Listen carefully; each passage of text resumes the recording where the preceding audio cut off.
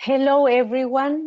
I am Virginia Ungar, the IPA president from Buenos Aires, Argentina. Good morning, good afternoon, good evening, depending on where you are now. Many of us on full lockdown.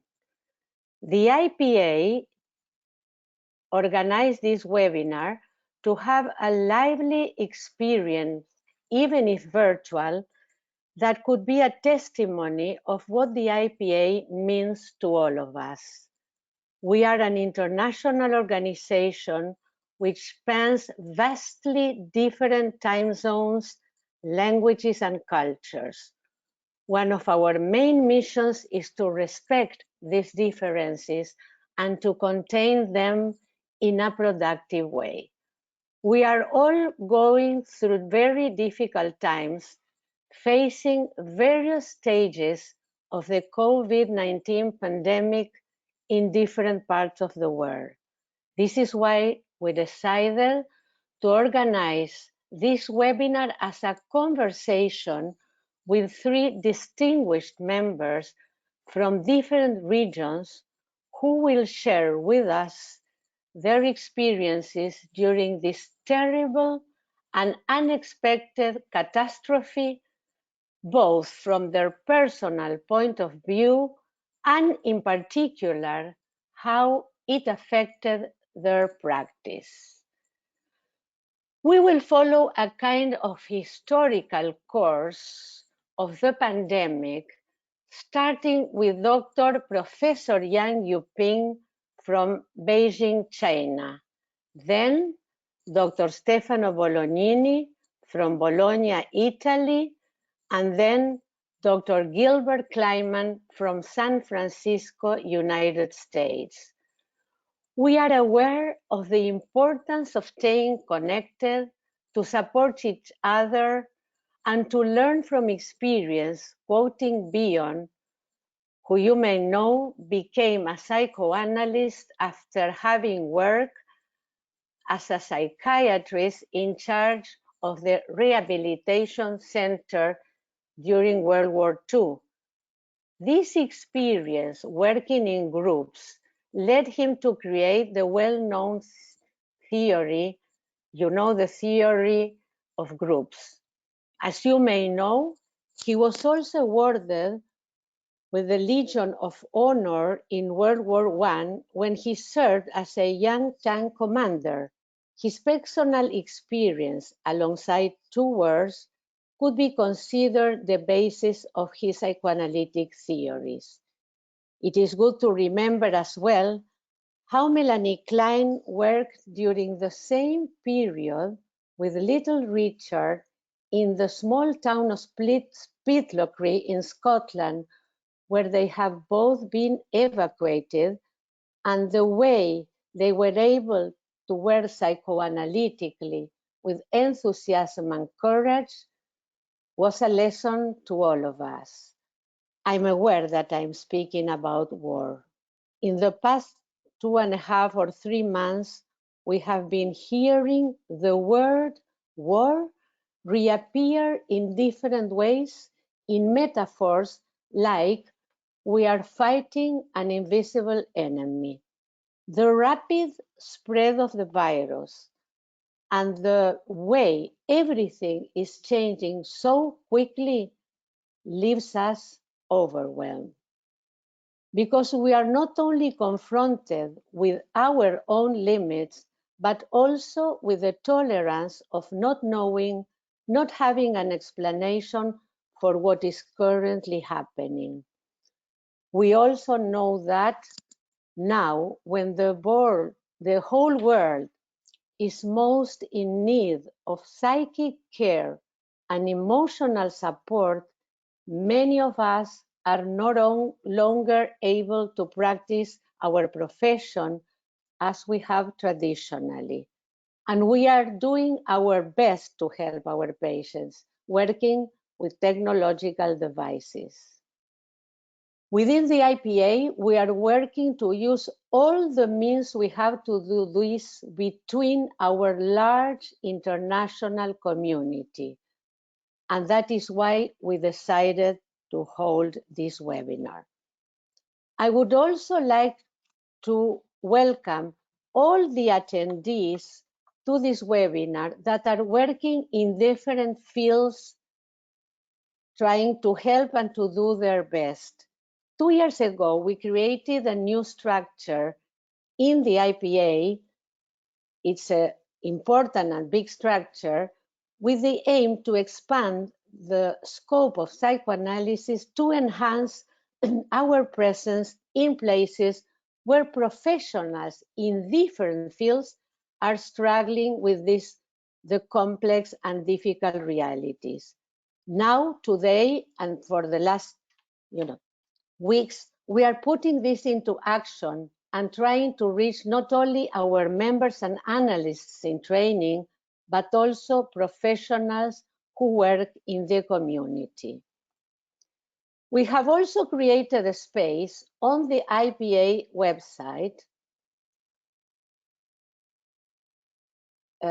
named Coronavirus Stay Connected to provide useful resources such as articles, papers, and more.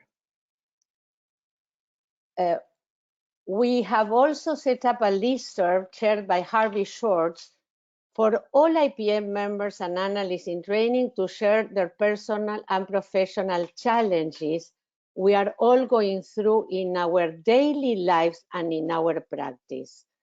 Through these significant exchanges, we are confirming the importance of listening to and supporting each other.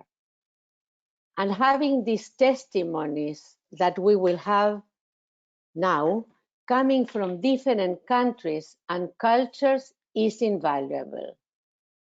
Before I go to introduce our presenters, let me explain a little bit how it will work. You will be able to post your questions in the questions pane on the right-hand side of our screen. We will also be able to read the questions that the panelists are currently answering in the question pane. It is important for you to know that you can write and send your question just from the beginning of this presentation. Now, it is a great pleasure for me to introduce our first panelist, Dr. Yang Yunping. Let me tell you that we decided to introduce our presenters with a short bio. You can imagine that all the three of them have a, very prestigious publications, books, but we decided to make this part short. So I would like to welcome our first presenter, Professor Dr. Yang Yunping. She's a psychiatrist and psychoanalyst in Beijing Anding Hospital, affiliated to Capital Medical University, Beijing, China. She's an IPA direct member from mainland China and the past president of the IPA China Allied Center and former president of the Psychoanalytical Committee of Mental Health Association of China. So let's listen to Dr. Yunping. Thank you. Thank you very much for the invitation of Virginia. And hello, everyone. Good morning, good afternoon, and good evening. I'm so honored to be invited to give this speech on behalf of our Chinese colleagues, of IPA members and candidates and the mental work staff. And I'm very appreciated that IPA leaders to organize this webinar. I think it gives us the opportunity to exchange and share our experience and feelings in the current difficult and hard time. It's hard times for whole world. The pandemic of COVID-19 virus is really make the world into the disaster situation. It's destroyed our peaceful daily life. It's like demons attacking us. It has killed so many people in the world. Now in China, this disaster has been in the last stage and nearly finished. I think the epidemic of virus in China was nearly controlled while, besides some cases, patients from other countries. But it's very sad that now in European countries, especially in the north of Italian, in Spanish, and also in North American, in some cities, especially in New York, the situation are so horrible. Also in many other countries. So many patients were infected and so many patients died. So when I read the news from the internet, I find a very similarity situation with the initial stage of the epidemic in Wuhan. The local hospital and the work staff are so exhausted and they were overwhelmed by too many patients.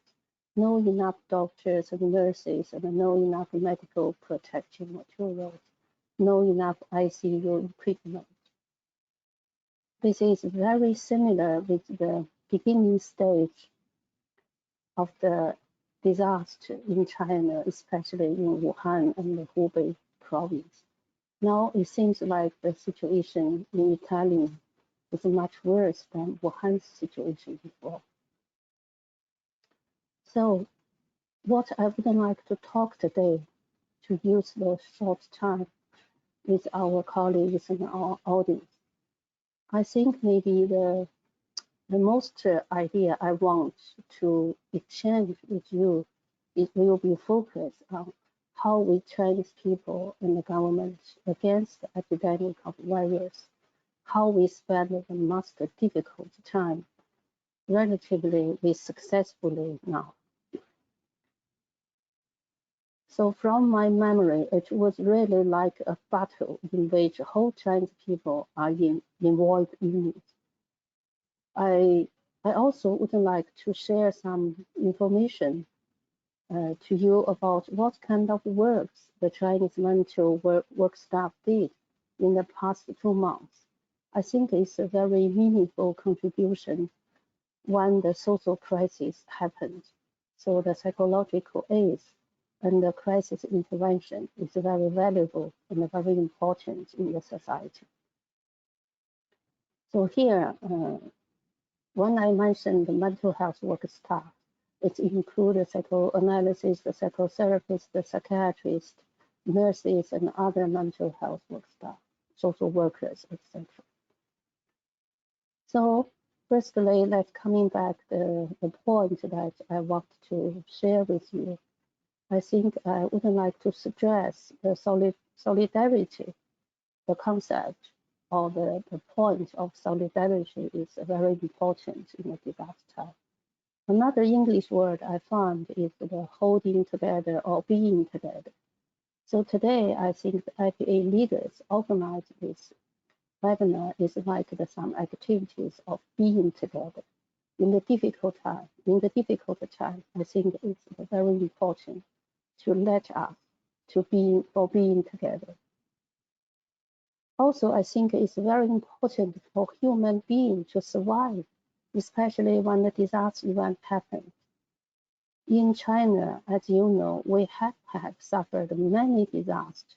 Recently, like the SARS in 2003 and the big earthquake in 2008 in Sichuan province.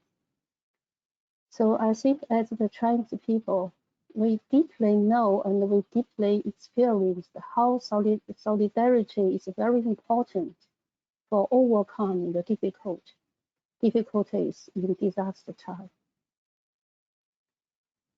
I will give you some example to show this is the very simple idea and very simple concept, very easy to understand, but it is not easy to realize when the disaster happens.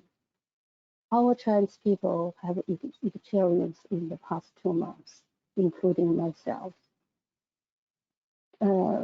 Many Chinese people, especially the Wuhan colleagues, they got very deep hurt feelings in the initial stage of epidemic of virus, like the Italian situation now. In that time, the government behavior was not enough fast and not enough effectively, at least in the first week. Then you will find, we find many volunteers, including some psychologists, psychotherapists, psychiatrists, and many general people from different places of China, and also from other countries in the world. Many of them very autonomously to try to do their effort to find the sources, to to donating the face mask, protecting clothes and glasses, etc. All of these protecting materials moved to Wuhan. I know when I got this news and I contact with many colleagues in Wuhan, and I was very touched and deep moved by these general people. No one asked them to do, but they did. I think this is a big love of a human being. Also, in my mind, the most of the understanding case of solidarity of Chinese people in this disaster is from a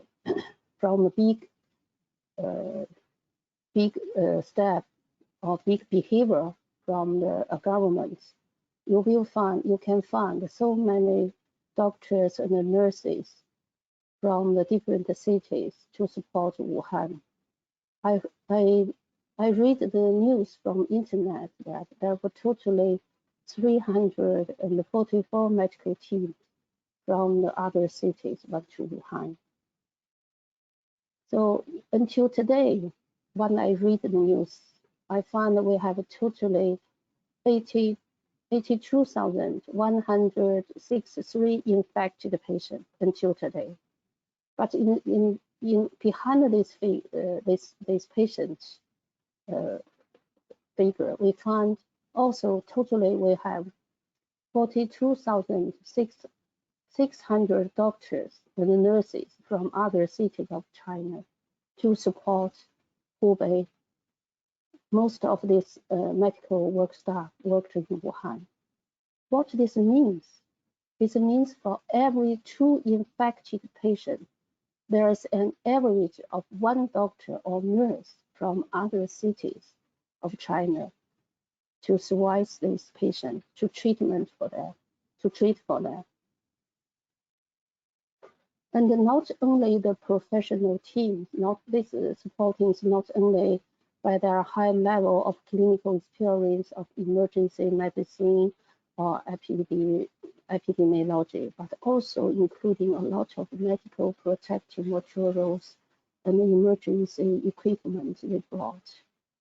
So this is a very strange and very effective response to the disaster. So also it is a very intensive stage of holding together, being together of Chinese people and the government.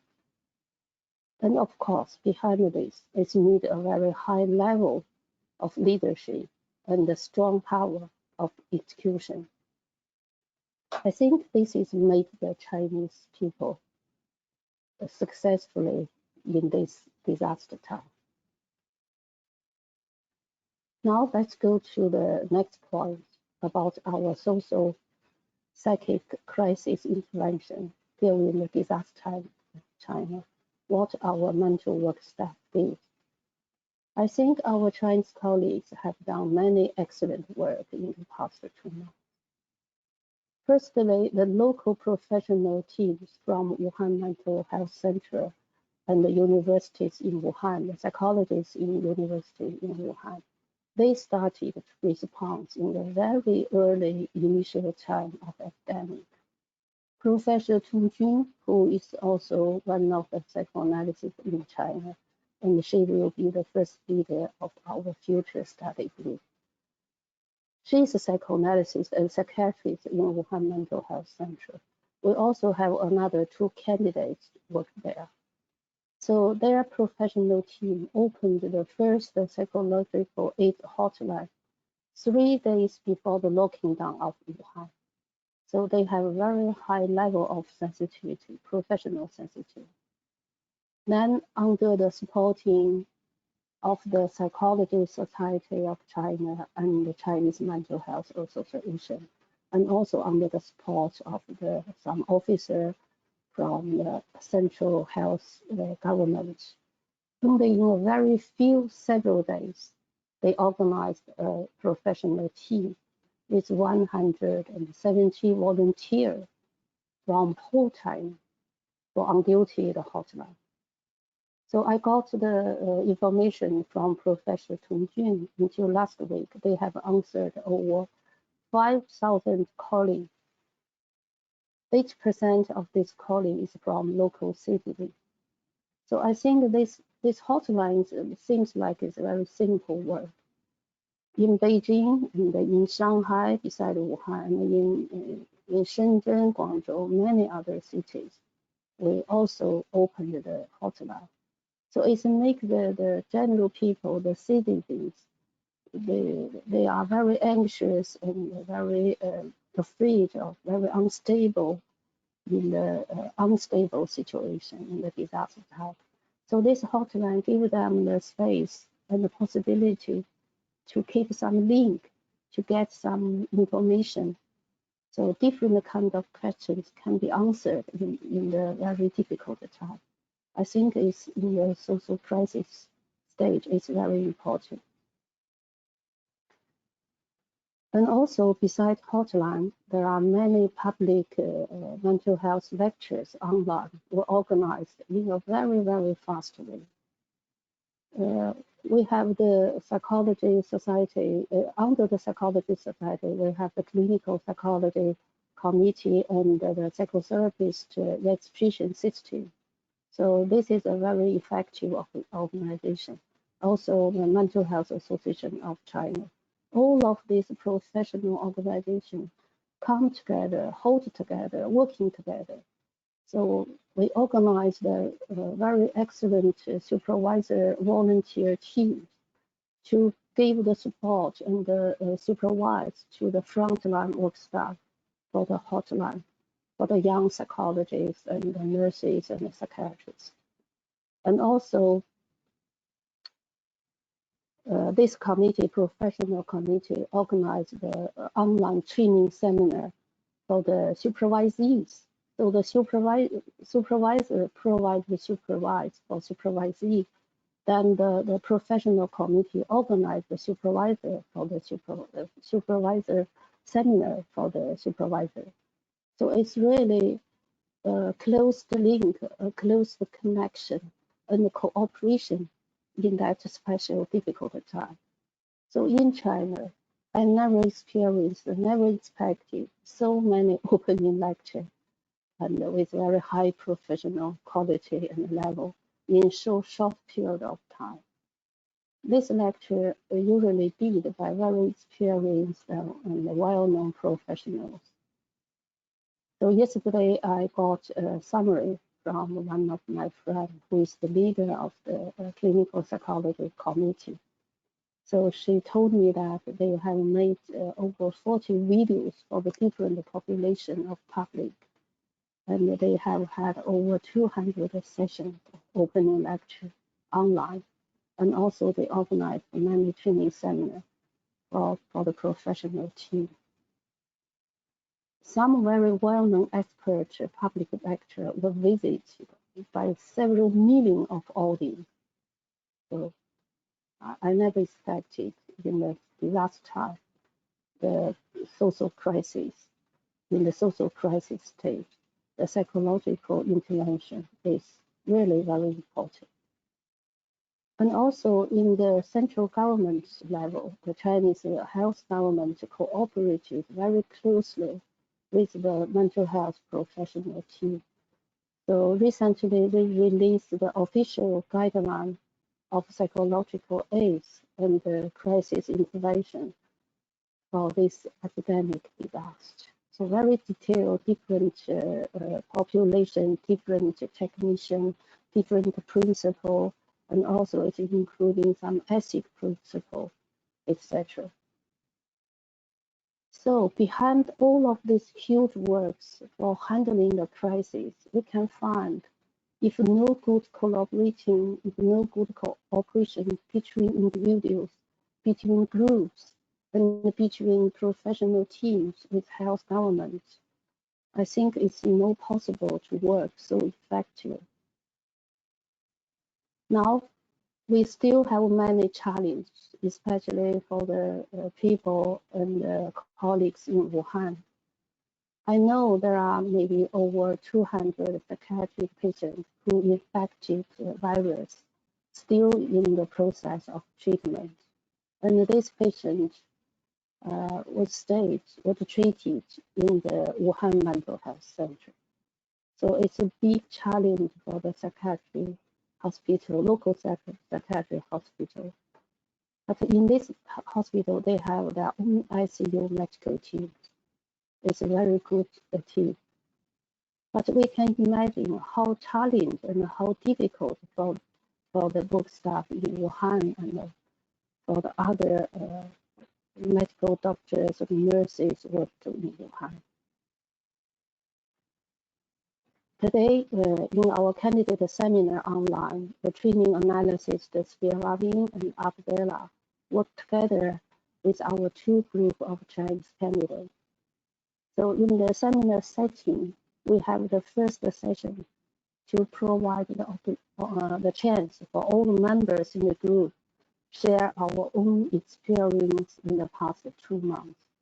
So it's really a very good atmosphere to let us be together, learn together, support each other. It's very necessary, especially in the difficult time.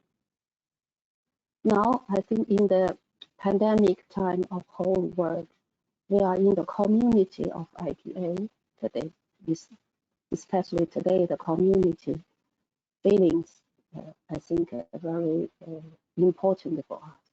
I think we shouldn't hold together and help each other, support each other as much as we can. Because no matter where we are in the same village of Earth. So I think if possible, we should try to find our own way to help the people who is suffering during the disaster time and who need to be helped. We can do what we can do, even if it's very little thing. I think this is what I would like to share with our audience. Thank you. Thank you.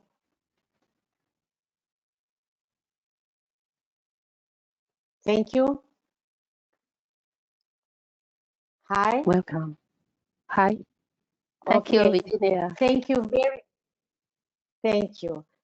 very much, Professor Yang Yuping, for your not only informative, but very emotional experience to hear how our colleagues are working, were working, are still working, and as I know, you are starting to work also in the post-traumatic impact of this pandemic. So we all learned from your experience. From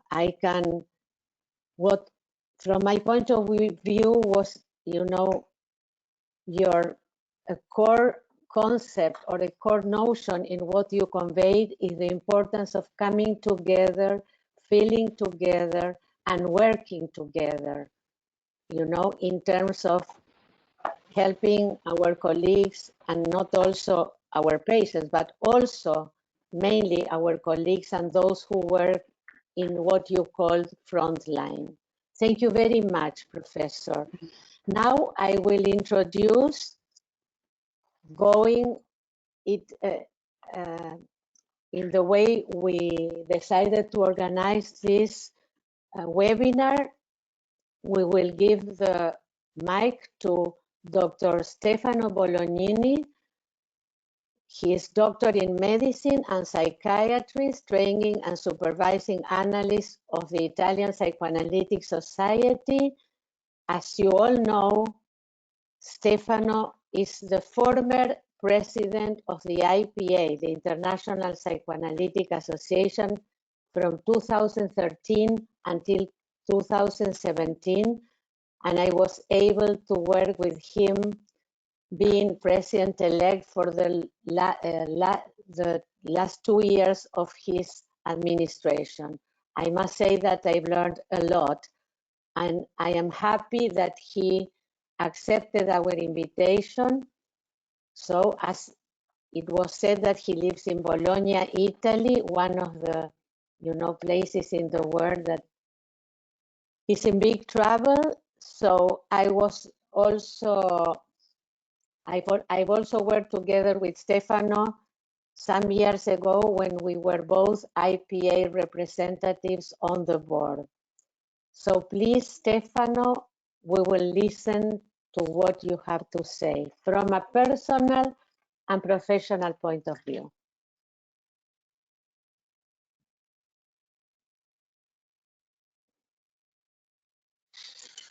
Thank you very much, Virginia, and thank you to the organizers of this webinar for the opportunity to share with the colleagues all over the world some impressions, feelings, and ideas about this sudden, unpredictable, and dramatic occurrence. I don't hesitate to define what we are living now as a traumatic experience.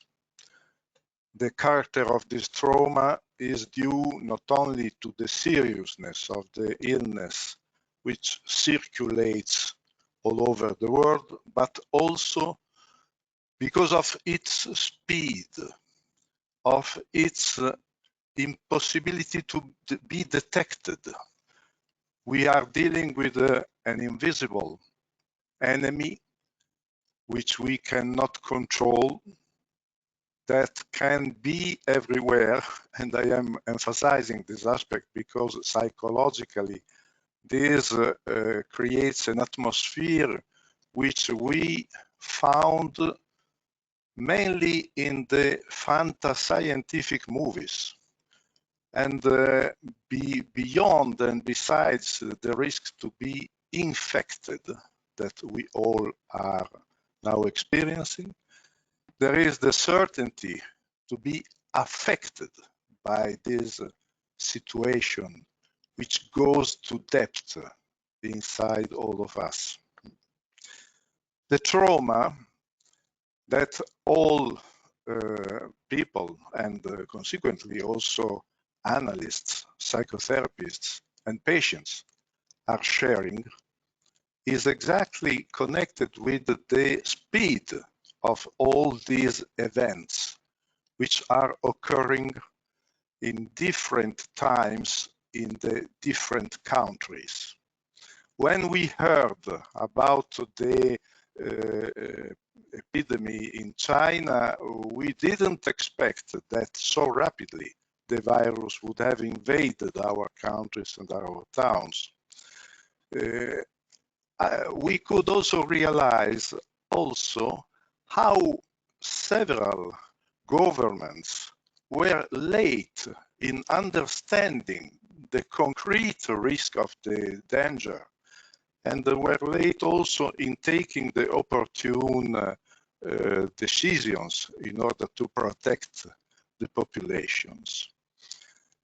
I think that we are dealing with one of those complex phenomena which are so common today regarding initial denial, then negation, then the minimizing of the perception of the danger, and only after a while there is the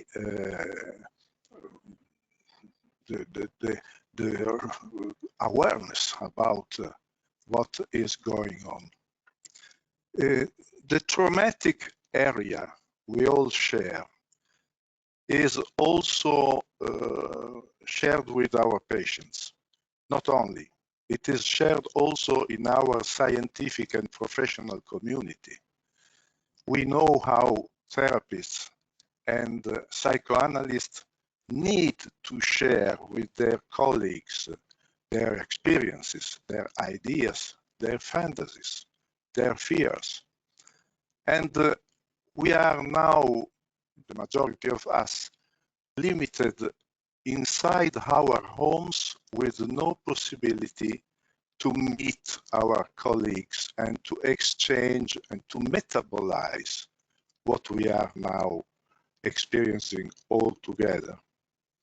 So I think it's very important that we can exchange our ideas and also our direct life experiences here. In short, I think that we are realizing how the psychoanalytic and psychotherapeutic treatments had to be, in very short time, shifted to the distance treatments. I go directly to this very hot point. The distance treatment are a matter for discussion in the psychoanalytic community for years. But what we are now dealing with is the issue of the rapid, I would say instant transformation of our treatment to distance treatment. This is due not only to the speed of the phenomenon in itself, but also to the perception of the presumable duration and length of this situation. Would have we supposed that this pandemic could last a few weeks, we probably could have suspended our treatments in order to start them again after a while. But we realized very early that this pandemic will last for some time, and that many treatments would have been seriously damaged by a too long interruption. So many colleagues, I would say the majority of them, decided responsibly to commute, to shift to distance treatment without the necessary time of preparation for the patients in order to make them familiar with this new way of working together.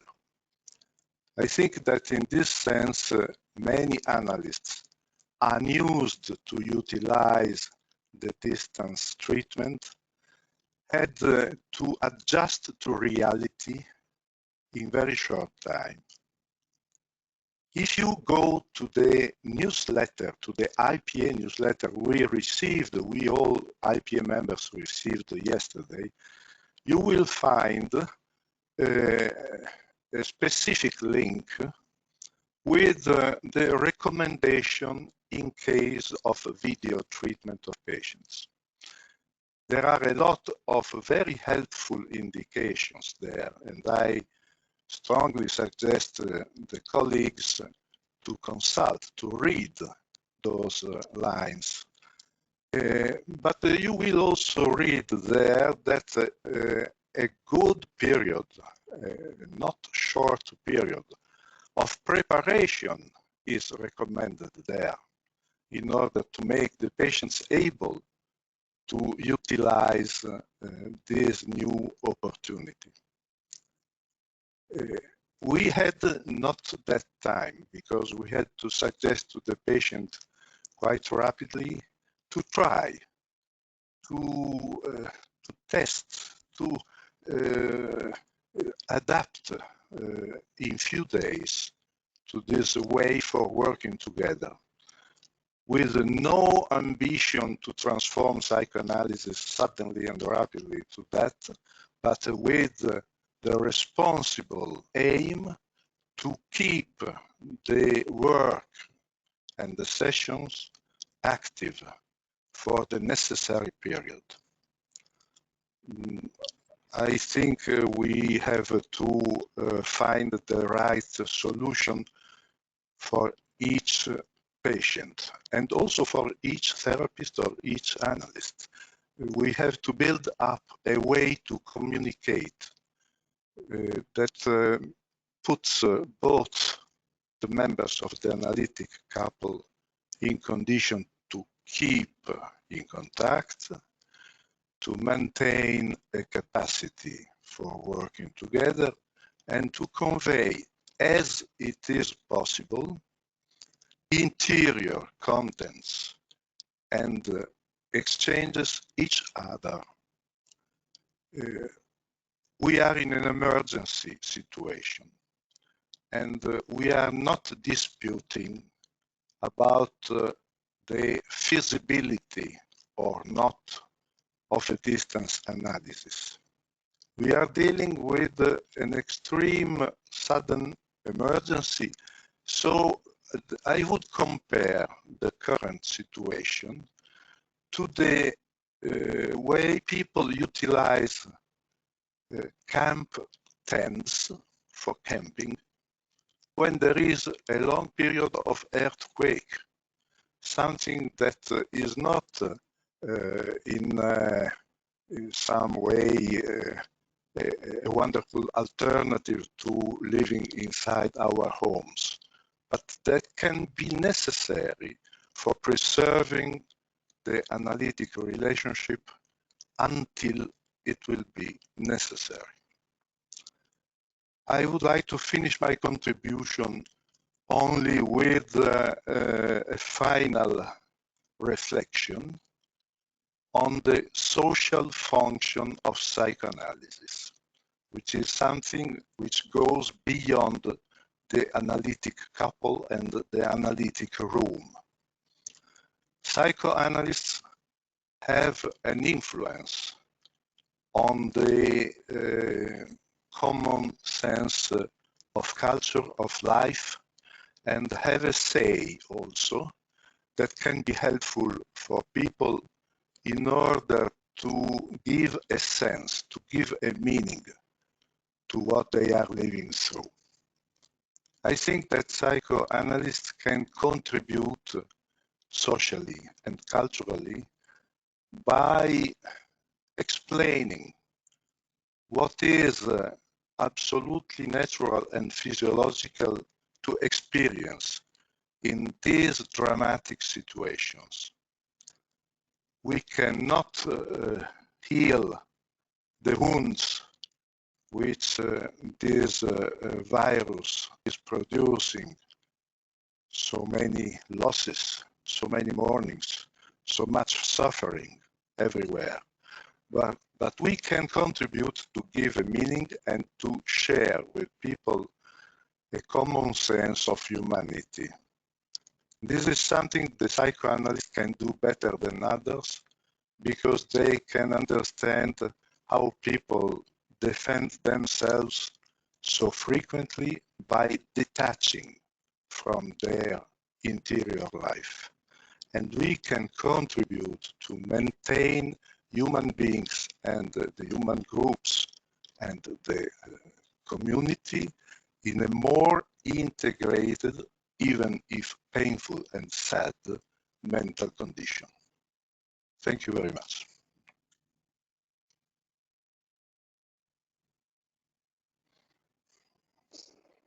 Thank you very much, Stefano. Thank you very much, Stefano, for your words, for conveying your experience. And I especially like the metaphor related to the tent as a temporary home when there is an urgent need to use it, and the role of psychoanalysis regarding the community, because we know that psychoanalysis influenced the culture, and there's no way back from that point. So the importance of the presence of psychoanalysis outside our consulting rooms, even outside our institutions. Thank you very much. I think that we will have questions later, so we will be able to say more.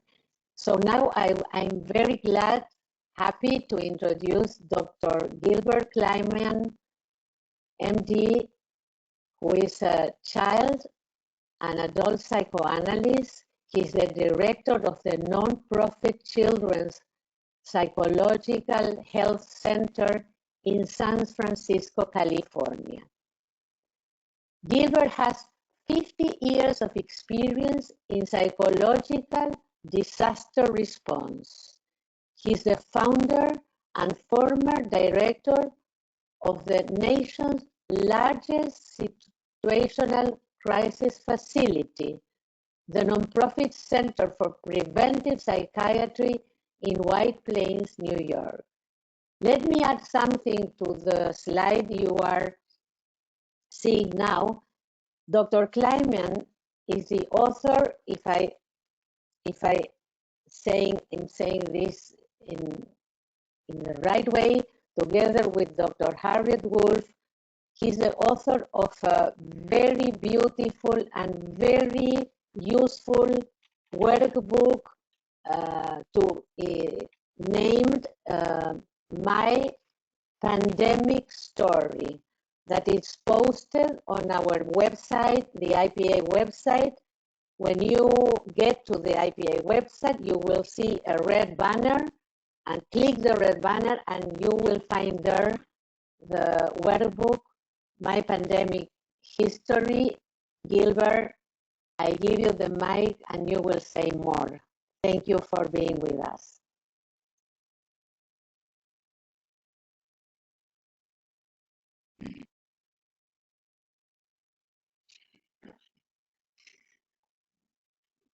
Thank you very much, Virginia, for organizing and leading this group psychological process. I am mindful that we need to apologize to a large national group, the Chinese people, that the President and Vice President of the United States persist in naming the COVID-19 virus the Chinese virus. This is a deliberate effort for which not only apologies are needed, because there is no nationality to a virus, but it calls to mind history of events which preceded the lives of any of us. In 1917, there was an outbreak of a very deadly, rapid influenza in Nebraska of the United States, next to a military base. It spread quickly from pigs to the military base, and from there went all over the world. No one called that illness the American flu. They did not call it the United States flu. There is something called the Spanish flu because there was no censorship at that time in Spain. So the Spanish people were blamed for this flu. But it is a sign of hatred, a sign of the worst aspect of our species. And I would like psychoanalysts to recognize, as I have, as a child analyst, that the world is not a kind world. And when we are faced with immense difficulties, we are not always kind. It is very helpful to organize as we have because it brings out the kindness in each other. That kindness, the best and most helpful part of the human species, is very important for our children to experience.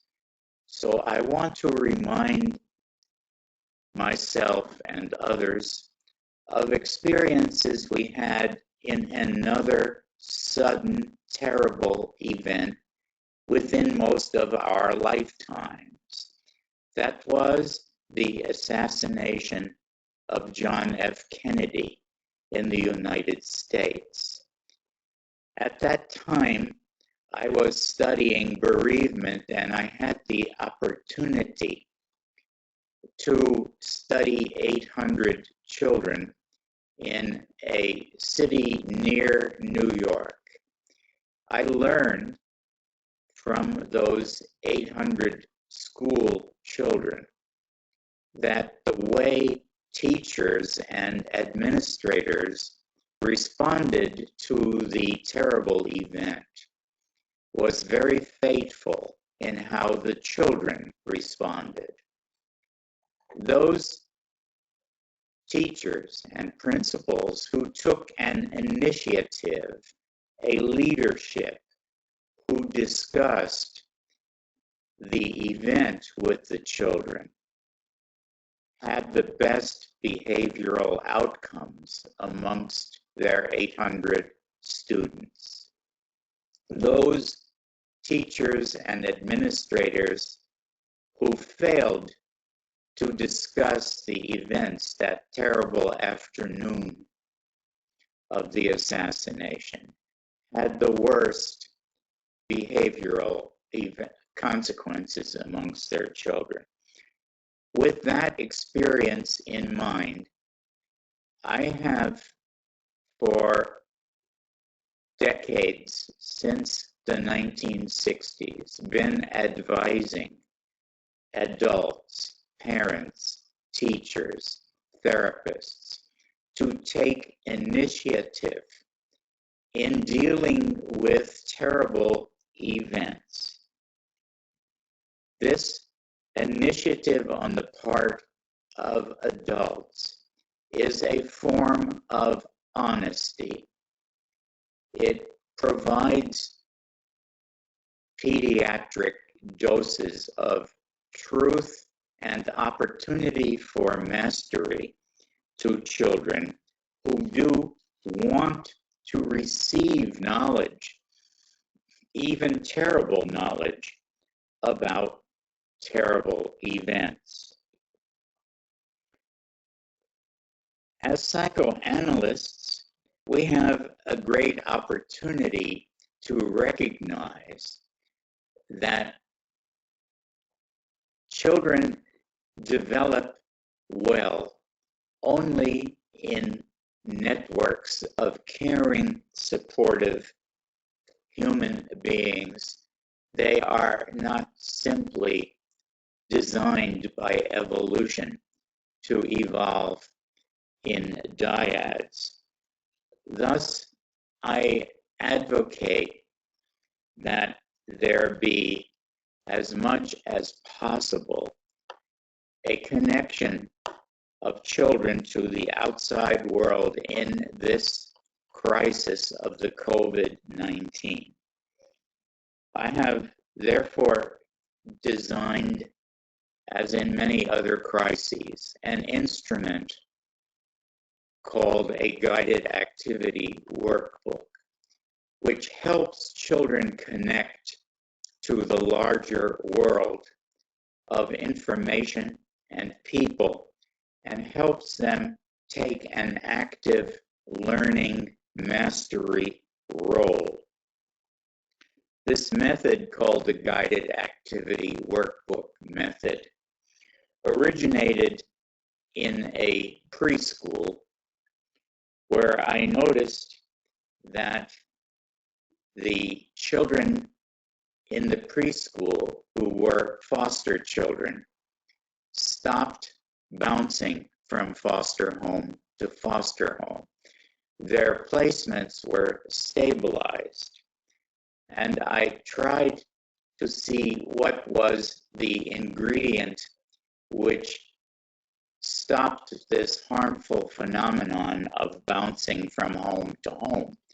And it seemed to me that the ingredient was a connection of personal history of the child to a network of adults.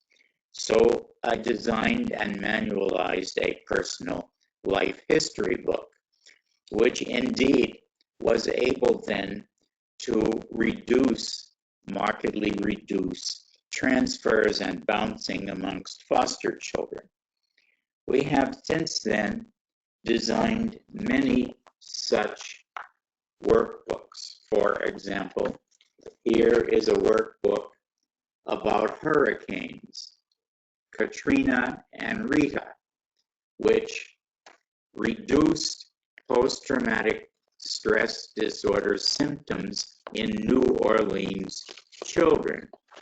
Here is a book about wildfires in California, which has helped reduce the anxieties of local children.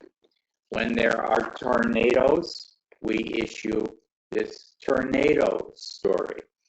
When there are earthquakes, we issue an earthquake story. In Haiti, we have a Creole and French and English edition about their earthquake. There is a Mandarin edition for the COVID-19 pandemic.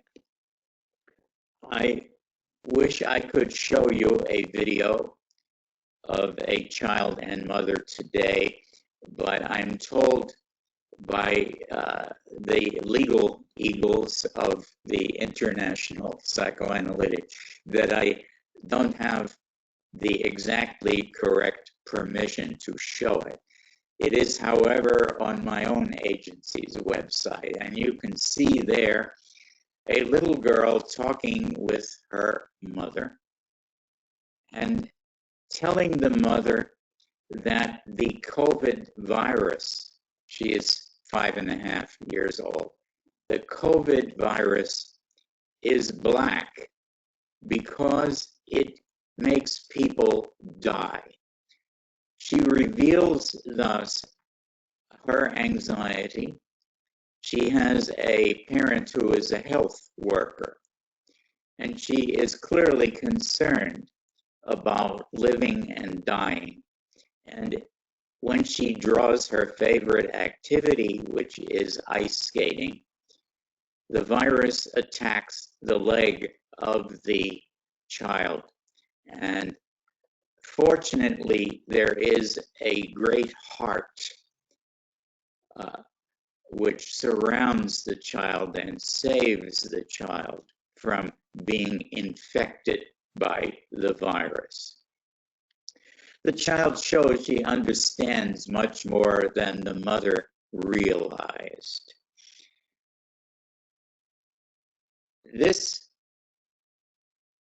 example gives me much encouragement that there is a great deal we can do as psychoanalytically informed public health workers.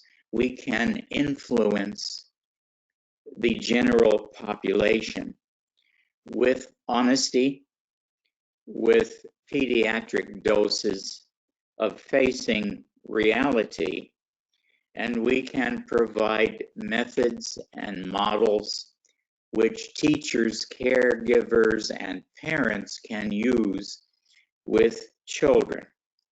This can be done online. The workbook can be distributed online. I am hopeful that we as psychoanalysts will take a public health role increasingly, and that we will face the terrible things in life with a recognition that conflicts and traumas which seem intractable are actually within our power to understand, just as we understood sexuality over 100 years ago. We can also understand trauma and aggression, and we can contribute to the health and development of our next generation through our honest facing of these unfortunate aspects of life and humanity. So thank you for the opportunity of joining other psychoanalysts today and being supported through our mutual interests and abilities.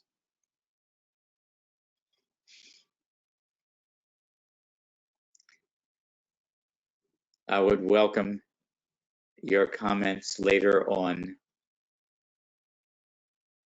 Thank you very much. Thank you very much, Gil, for bringing us with your sincere words, your position, not only as a psychoanalyst, but also as a person living in a country, in a city, and in the world, because the whole world is affected. And to show and to you gave us, because it's on the website, the instrument that you built up and created to be used not only for psychological, psychoanalytical treatments, but also for teachers and people who take care of children in different ways. This is what we are, very happy to contribute with the IPA in the community structure that has a whole section on education. So thank you very much. We've been discussing how to proceed, and we decided to give room to an exchange among us. But I'm feeling that as we are short of time, maybe we will go directly. If you agree, just say yes. So we will switch to the questions from the audience part of the presentation, because we have less than 25 minutes. So I think that it is important to have the opportunity to answer some of the questions. We have to apologize because today we have, a large attendance. We are not going to be able to answer all the questions, but some of them we will try to do that. So we will start with the questions. So once I have one, it will appear on the section, I say panel, but it's pane. It will appear the first question. Maybe it will take a little bit of time, because you know that you were able to, and you are still able to post your questions on the right-hand side of the screen, and you will be able to read the questions. So I'm waiting to receive the first question. Okay. I will read it. Okay. Okay, let's go with the first and then we decide who will answer. This is a question that says, my practicum site, a psychodynamic clinic treating characterological disorders in my university closed down, and we do not have telehealth set up. How do I cope with leaving difficult patients hanging during this terrible time and undoing the work I have done to build up a therapeutic alliance, which seems counterintuitive? So who would like to answer this question? I'm asking the panelists. No, I don't know. Maybe Stefano, that because you spoke about this issue of switching our practice to a technological one. Yeah. I say technological because it includes different ways.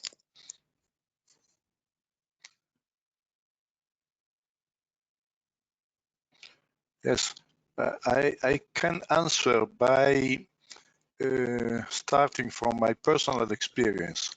I was not used at all to utilize telematic distance devices. I had to adjust rapidly to the dramatic situation. So hearing about the question of this colleague who had a training where this kind of work was not included, I can say that in my short experience, each analyst, each patient, and each couple have to find their own way to communicate each other, also in a distant condition. Basically, some fundamental functions can be maintained. One is the existence of the object, the survival of the object following Winnicott. And the image and the voice confirm this. Secondly, a receptive attitude by the analyst that can be maintained during the sessions, also by Skype or Zoom or by telephone or what it is. Third, the awareness in case of video that for the first time the therapist enters the home of the patient. And this should be first declared and commented, and second, that is recognized. And third, it should be treated in a very respectful way in order not to be invasive or intruding. Then I would say that it is the skill of each therapist to allow the two of them to convey interior contents to each other, to the other. And this is something that can be not taught in a very short way, because we know how psychoanalysis allows people to go inside, and the way to go inside each other is halfway between science and art, in order not to damage, in order to feed, but also in order to respect the other. So I think that many of the colleagues will experience this new situation where they can and have to contact the other, inventing and creating something they didn't experience until now. Some of the analysts already worked in the past, are working with this new system, but the majority of them didn't. So we have to do our best for working this way, which is, in the majority of the cases, much better than nothing.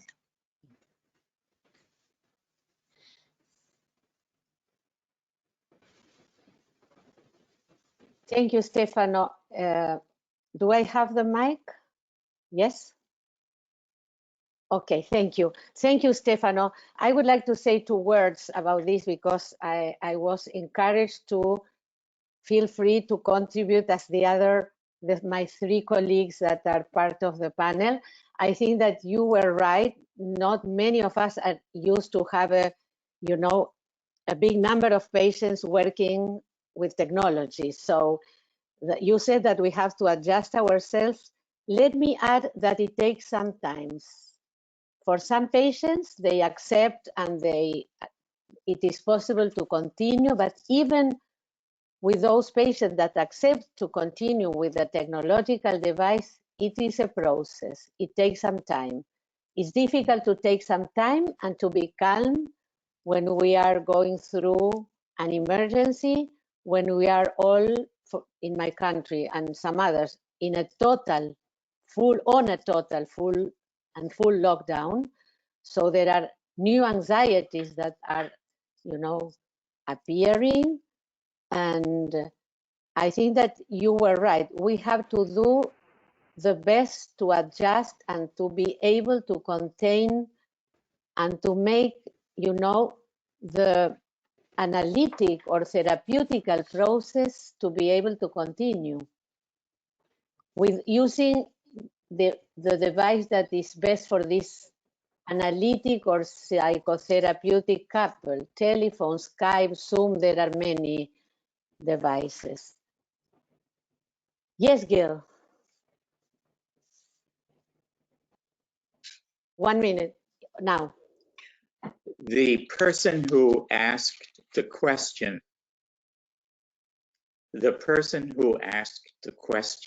is a student who refers to a practicum.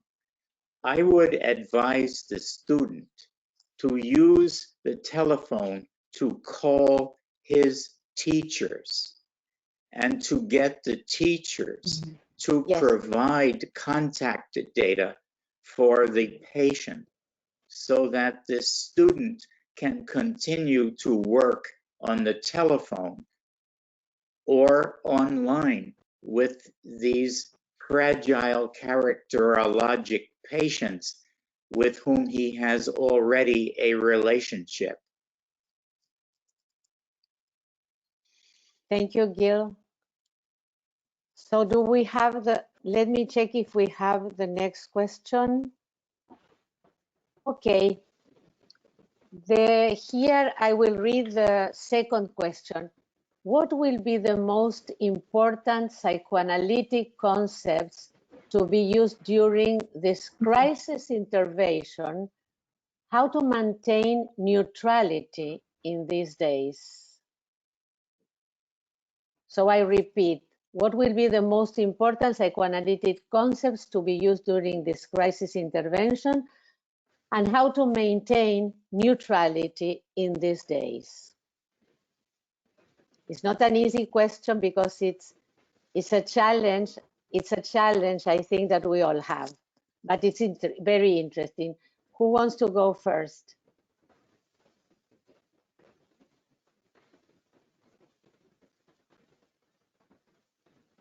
Okay, so let me start, because while you think, I would like to have your input as well, the 3 panels, because this is a very important question. Which will be the most important psychoanalytic concepts to be used? I think that the psychoanalytic concepts that we use are the same that we are used to have in mind: transference, countertransference, analytic attitude. As Stefano said, it's a challenge to all of us to maintain the analytic attitude. It's not easy, and we are human beings, and I think that it is important to face what we have to face. Let me say something. I think that these are transference, countertransference, analytic attitude, of course, neutrality, but also the most important concepts we are used to use, like, you know, infantile sexuality or sexuality, and the analytic frame. And I think that this is part of our analytic attitude, to be receptive, not to be tempted to act before we have a period of time that we can think, to be able to tolerate not knowing, to be able to tolerate not having the answers, to be able to tolerate having countertransference and transference, you know, problems, conflicts, and we will have to deal with them. Regarding neutrality, maybe some other could contribute. I think it's a very, very interesting and difficult concept, because we could start now a discussion that could take another webinar regarding our personal and professional and psychoanalytic positions regarding neutrality. I think that this is my personal position. Neutrality is an aspiration. Of course, we all know how to keep neutrality, but it is not as, you know, easy as we think to define it, and even more in difficult times. But this is our aim. So, may I intervene? of course. Yes, I would confirm totally what you said, and I would like to underline that the analytic attitude, theory, and clinical practice should not change basically in these circumstances. But one has to add something, which is that the situation, to speak by far, is of course unfamiliar. So this aspect, this specific aspect, should be, in my view, at least a bit commented with the patients, because if we give that as something unmeaningful or that should not be commented, we would deny something that is occurring and is shared by the two in the session. So this little recognition of the difference is honest and realistic. I think the analyst should allow and facilitate the patient in finding this temporary home for his or her analysis in a way that allows both of them, analyst and patient, to work. The analytic work is the core of this topic.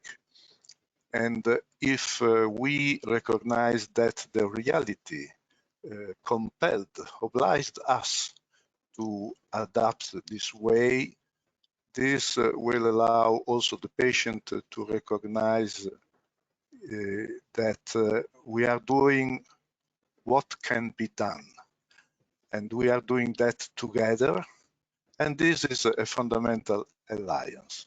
Then one works as when we worked in our room.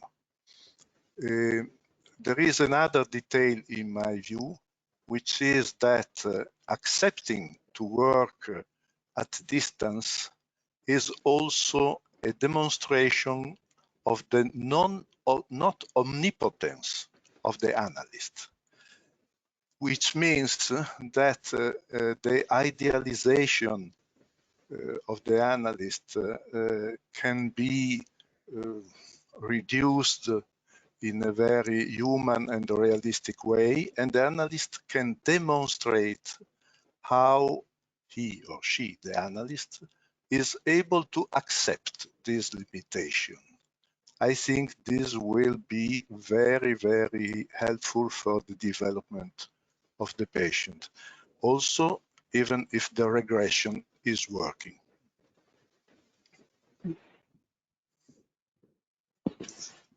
Dr. Yeah. Yang. Oh, thank you. I think it's a very interesting and a very important question.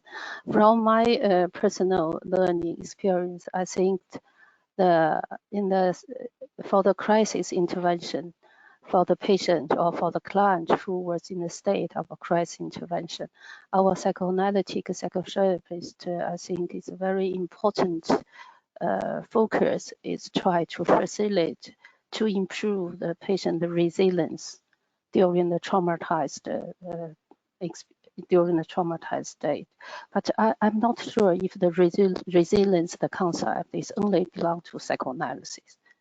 Maybe it's a more wide concept. But how to do resilience? Resilience. Yeah, resilience. Yes, I think for the resilience. Yes. I understand. Resilience. Yeah, I think it's a very key factors. Maybe it's for the different kind of clients. It's we need to treat them or to contact or to have the different technician or dialogue or interview something.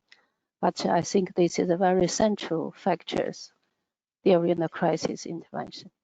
Thank you.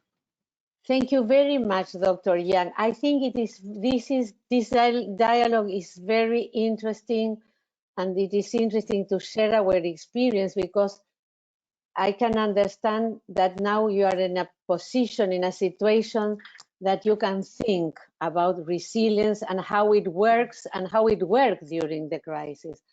While maybe, and it is very important to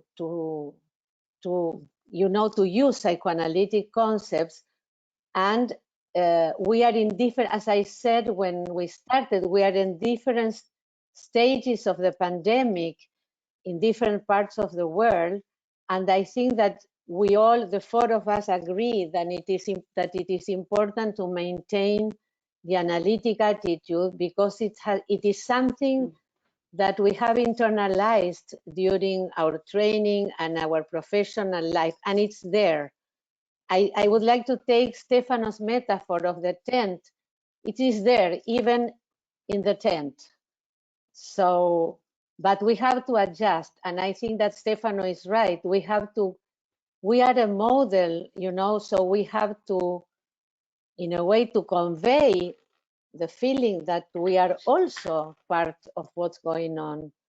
This is what happens with observation. Observation, in the last, I don't know how to say, decades, we learned that the observer is also part of the field with the observer is observing. So let's go. I will read. Okay. I think that this question goes to Professor Yang Yunping. What has been the impact of the epidemic on children's mental health, and what efforts are being made to address the needs of children and adolescents in China? This goes to Yang Yuping, but maybe Gil would like to say something about this. Please go ahead. Okay. Yeah, this is a very concrete and also challenge problem. I think maybe 2 or 3 days, I just talked by calling with one of colleagues from my hospital who has been in Wuhan over 2 since the beginning of the disaster time. And he is the vice chair of the national team, of the leader of the national team of mental health, of the psychological aids team on behalf of the health government. So during the talking with him, he he addressed the psychological aids and also psychological intervention for the local people, especially for the children. Some children were very suffered because their parents were infected, and the children was locked down, maybe in some place without company, without family members, without patients. Some of the children maybe are very young, maybe in the primary school. So yeah, so this group of the children was, we can imagine how traumatized they experience. So the professional team, they have drafted intervention guideline, a proposal to the health system, also to the professional organization. They will have this plan how to do the supporting and the psychological intervention for this kind of family and for these children. So this has been in the processing to organize or to prepare to develop some concrete plan to do it. So I hope maybe it will be helpful for these children. So if our expert and our psychoanalyst from IPA can have some experience, can share with us, I think it will be very useful, very helpful. Thank you. Thank you. We are very short of time. We have 4 minutes. Gil, do you would like to say something short regarding, because I think that your whole work, or the main part of your work was devoted and is still devoted and productive regarding the corona, the catastrophes. Because we need to close, and I need 2 minutes for this. Thank you. I would direct the attention of people working with children to a section of the workbook called My Pandemic Story, in which there is a checklist to evaluate the risks a child has experienced, such as, has the child seen dead bodies? Has the child lost a parent? Has the child lost a caregiver or a sibling? Has the child witnessed the helplessness of a loved person? Is the child separated from his or her parents? These factors are well known in child psychoanalysis and psychiatry as what are called adverse childhood experiences, and they have been quantitated with outcomes. So we know there are long-term consequences of the accumulation of these adversities, and we can keep track and be very mindful of a particular child's risk by using a scale such as I suggest in the workbook. Thank you very much. I have to thank you, the 3 of you, for collaborating and presenting such, impressive presentations. And, it was for me, it was a wonderful experience with a relaxed atmosphere. I have to thank you 3 and also the communication team of the IPA, Romolo Petrini, the chair of the IPA website, Sylvia Weinbuch, who is the chair of the webinars, Alejandro Nagy, who is the chair of the social media, especially Sergio Nick, who is the vice president of the IPA, and he's in charge or part of the communication team, and our staff. It wouldn't be possible with the help and the patience they showed to us, especially Matthew Grimley and Rhoda Bodwecker, because without their help, it has been impossible to do this. Now I will tell you the next webinar will be on Sunday, 26th April, and the title is The Preventative Potential of Psychoanalytic Parent-Infant Work in Clinic and Research. It is related to what we were talking about. And the presenters will be Talia Hatzor, Christine Anzieux-Premereur, Regine Prat, and Constanza Dualde. So the recording of the video for the people who registered will be available. And to view recording of all this year's webinar, you can go to our website, www.ipa-world. And thank you all. I would like to thank you, the attendees. And I think there was a big number of attendees. And thank you for listening to us. And we will meet on the next webinar. Thank you. Thank you. Thank you. Thank you.